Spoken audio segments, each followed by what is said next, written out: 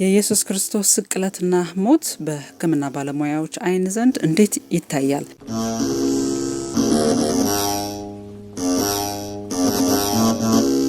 የሰው ልጅ በስቅላት መቀጣት ለመጀመሪያ ጊዜ ተግባራዊ የሆነው ከክርስቶስ ልደት በፊት በ479 ዓመተ ዓለም በፋርሶች እንደነበር ይነገራል። ከዚያ በኋላ ሮማውያን ከክርስቶስ ልደት በፊት በ100 ዓመተ ዓለም አሁን የሚታወቅበትን መልክ ሰጥተው ተግባራዊ ማድረግ ጀመሩ። ይህንን የቅጣት አይነት ባለሙያዎች በሰው ልጆች ከሚፈጸሙት የሞት ቅጣቶች ሁሉ የከፋ ሲሉ ይገልጹታል። ይህ የሞት ቅጣት የሚፈረደባቸው ሰዎችም በከፍተኛ ወንጀል የተጠረጠሩና የተፈረደባቸው ወንዶች ናቸው። በመስቀል ላይ ተቸንክሮ እንዲሞት የሚቀጣ የትኛውም ወንጀለኛ የሚሞተው በሚያጋጥመው ከባድ ስቃይ ቀስ በቀስ ነው። ወንጀለኛውም ሕይወቱ የሚያልፈው ከሰዓታት በኋላ ነው።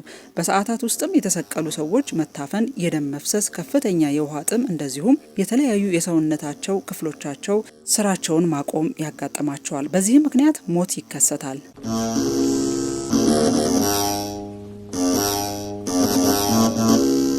የኢየሱስ ስቅላት የኢየሱስ እጆችና እግሮች የተቸነከሩባቸው ሚስማሮች ርዝመታቸው ከ13 እስከ 18 ሴንቲሜትር እንደዚሁም ውፍረታቸው 1 ሴንቲሜትር ሊደርስ ይችላል ሲሉ ዶክተር ዊሊያም ዲ ኤድዋርድስ ተናግረዋል። ኢየሱስ ሲሰቀል እግሮቹም ተጠፍረው ታስረው በመደራረብ ከእግሮቹ ከፍ ብሎ በሚገኘው አጥንት ላይ ሚስማሩ እንዲቸነከር ተደርጓል። ጉልበቱም ትንሽ አጠፍ ብሎ ነበር። ይህ በዘመኑ በስቅላት የሚቀጡ ወንጀለኞች ሁሉ የሚሰቀሉበት መንገድ ነው። ዶክተር ቪንስ ሚለር የኢየሱስ እግሮች በመስቀል ላይ ሲቸነከሩ 45 ዲግሪ እንዲታጠፉ ሆነው ነው ይላሉ። በመስቀሉ ላይ የተሰቀለው ኢየሱስ አብዛኛው የሰውነት ክብደት ያረፈውም በሚስማር በተቸነከሩት እግሮቹ ላይ ነበር። እግሮቹ የታጠፉበት መንገድ ጡንቻዎቹ ህመም ሳይሰማቸው ከጥቂት ደቂቃዎች በላይ ሊቆዩ የሚችሉበት የሰውነት አቀማመጥ አይደለም። ከጉልበቱ በታች የሚገኙት የታፋው ጡንቻዎች ሲዝሉ ክብደቱ ወደ ትከሻዎቹ፣ እጆቹና መዳፎቹ መጋጠሚያዎች ላይ ይዞራል። መስቀል ላይ በተሰቀለ በጥቂት ደቂቃዎች ውስጥ ትከሻዎቹ፣ ክርኑና የመዳፉ መገጣጠሚያ አንጓዎች ውልቃት እንዳጋጠማቸው ባለሙያዎች ይናገራሉ። ለ15 ዓመታት ያህል የኢየሱስን የከፈን ጨርቅ ያጸናው ስፔናዊው አርቲስት ክርስቶስ በደረሰበት እንግልትና ስቃይ በእጁ ላይ በደረሰበት ውልቃት የተነሳ ከመደበኛው በ9 ኢንች ረዝቦ እንደሚታይ ገልጿል። ኢየሱስ ሆሊውድ በሰራው የስቅለት ፊልም ላይ እንደሚታየው በመስቀል ላይ ከእንቅስቃሴ ተገድቦ ይቆይ አልነበረም። በመስቀል ላይ ሳለ ለመተንፈስ በሚታገልበት ወቅት 12 ኢንች ያህል ወደ ላይና ወደታች ይንቀሳቀስ እንደነበር ጥናቶች ያሳያሉ። ለመተንፈስ የሚያደርገው ትግል ከፍተኛ ህመም እንደሚያስከትልበትና ለመተንፈስም ይቸገር እንደነበር ባለሙያዎች ይናገራሉ። ለዚህም ምክንያቱ እግሮቹ በ45 ዲግሪ እንዲታጠፉ ሆነው በመቸንከራቸው ነው። በዚህ የተነሳም በከፍተኛ የጡንቻ መዛልና ህመም ውስጥ በመሆኑ የአካል ብልቶቹ የእግሩ ጡንቻዎች በቀላሉ ሊታዘዙለት አይችሉም። ኢየሱስ በመስቀል ላይ ሆኖ ለመተንፈስ በሚስማር የተቸነከሩት እግሮቹን ወደ ታች በመግፋት ቀሪው የሰውነቱን ክፍሎች ወደ ላይ ማንሳት ይኖርበታል።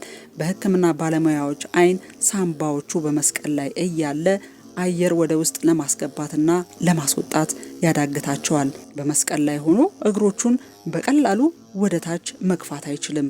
ክርኑ ትከሻዎቹና የመዳፉ አንጓዎች ላይ ውልቃት በማጋጠሙና ከደረቱ ዘንበል ሲል የሚፈጥረው ጫና ለመተንፈስ እጅግ በጣም አስቸጋሪ ያደርግበታል።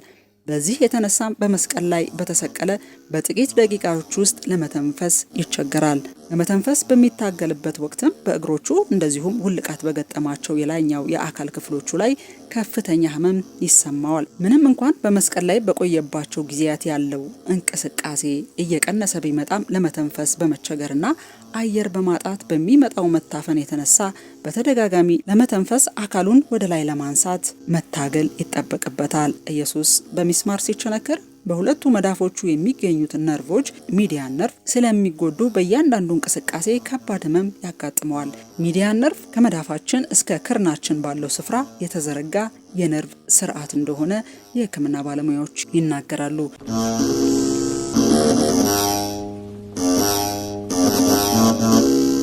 ጲላጦስ በህዝቡ ጥያቄ መሰረት በርባንን ፈቶ ኢየሱስን አሳልፎ ከሰጠ በኋላ ክርስቶስ በደረሰበት መከራና ስቃይ የተነሳ በደምና በላብ ተነክሮ ነበር። ላቡ ሰውነቱ በደረሰበት እንግልትና መከራ እንደዚሁም ግርፋት በመዳከሙ ብቻ ሳይሆን አየር ለማስወጣት በሚያደርገው ትግል የተከሰተ ሊሆን እንደሚችልም የሕክምና ባለሙያዎች ያብራራሉ። ኢየሱስ ሰውነቱ በደረሰበት ድብደባ፣ እንግልትና ስቃይ የተነሳም ከባድ በሆኑ ህመሞች ለሞት በሚዳርጉ ደም መፍሰሶች ውስጥ አልፏል። በተገቢው ሁኔታ መተንፈስ ባለመቻሉ የተነሳም በዝግታና በማቃሰት ለመተንፈስ ተገዶ ነበር። አየር በማጣትም ተሰቃይቷል። አንድ ሰው ለመተንፈስ ሲቸገርና ከላይ ሲተነፍስ ሰውነቱ የሚያስፈልገውን አየር በተገቢው ሁኔታ የማያገኝ ሲሆን በሰውነቱ ውስጥ የሚከማቸው የተቃጠለ አየር ይጨምራል። በዚህ የተነሳም በደም ውስጥ ጥቂት ኦክሲጅን ብቻ እንዲኖርና አሲድ እንዲከማች ምክንያት ይሆናል። በዚህ ጊዜም ራስን መሳት ይከሰታል። በሰውነት ውስጥ የተቃጠለ አየር መጠን ሲጨምር የኦክሲጅን መጠኑን ለመጨመርና የተቃጠለውን አየር ለማስወጣት የልብ ምት ይጨምራል። በዚህ ወቅት በኢየሱስ ጭንቅላት ውስጥ የሚገኘው የአተነፋፈስ ስርዓት ማዕከል ወደ ሳምባው ቶሎ ቶሎ እንዲተነፍስ መልእክት ስለሚልክ ማለክለክ ይጀምራል። በዚህ ጊዜም የኢየሱስ አካል በጥልቀት ወደ ውስጥ አየር መሳብና ማስወጣትን ስለሚጠይቀው ምንም እንኳን በከባድ ህመም ውስጥ ቢሆንም በመስቀል ላይ ወደ ላይና ወርታች በፍጥነት መንቀሳቀስ ይጀምራል።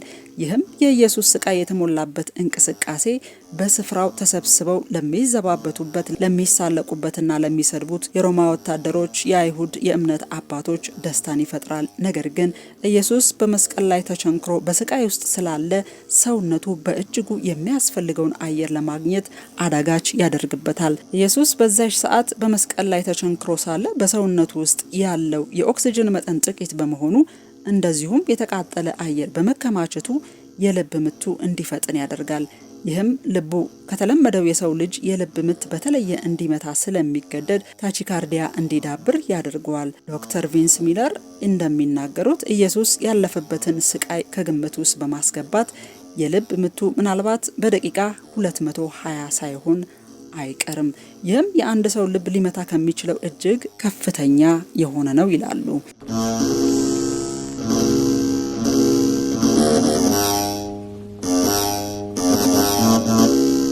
ኢየሱስ ከሐሙስ ምሽት 6 ሰዓት ጀምሮ ሲሰላ ለ15 ሰዓታት ያህል ምንም አይነት ፈሳሽ አልወሰደም። በውሃ ጥም ተቃጥሎ ጉሮሮውም ደርቆ ነበር። በደረሰበት ግርፋት ደም ይፈሳው ነበር። የሾህ አክሊል ሲደፋበት፣ እግሮቹና እጆቹ በሚስማር ሲቸነከሩ፣ መስቀል ተሸክሞ ሲወድቅ ሲነሳ በሚኖር መጋጋጥ የተነሳም በርካታ ደም ይፈሰዋል። በከፍተኛ ውሃ ጥም ውስጥ የሆነው ኢየሱስ የደም ግፊቱን በከፍተኛው መጠን መውረዱ አይቀርም። እንደ ሕክምና ባለሙያዎች ግምት ከሆነ የደም ግፊቱ 80/50 ይሆናል። ስለዚህ በወቅቱ ኢየሱስ የነበረበት ሁኔታ ሲገለጽ በመጀመሪያ ደረጃ ሾክ፣ ፈርስት ዲግሪ ሾክ ውስጥ ነበር። ከፍተኛ የሆነ የደም መጠን መቀነስ፣ የልብ ምት መጨመር፣ ከላይ ወዲያውኑ መተንፈስ እንደዚሁም በከፍተኛ ሁኔታ ማላብ ሊያሳያቸው የሚችላቸው ምልክቶች መሆናቸውን ባለሙያዎች ያስቀምጣሉ። በቀኑ አጋማሽ ላይም የኢየሱስ የልብ ምት እየደከመ ሊመጣ ይችላል። ሳምባው ደግሞ በከፍተኛ ፈሳሽ ስለሚሞላ መተንፈስ ይቸገራል።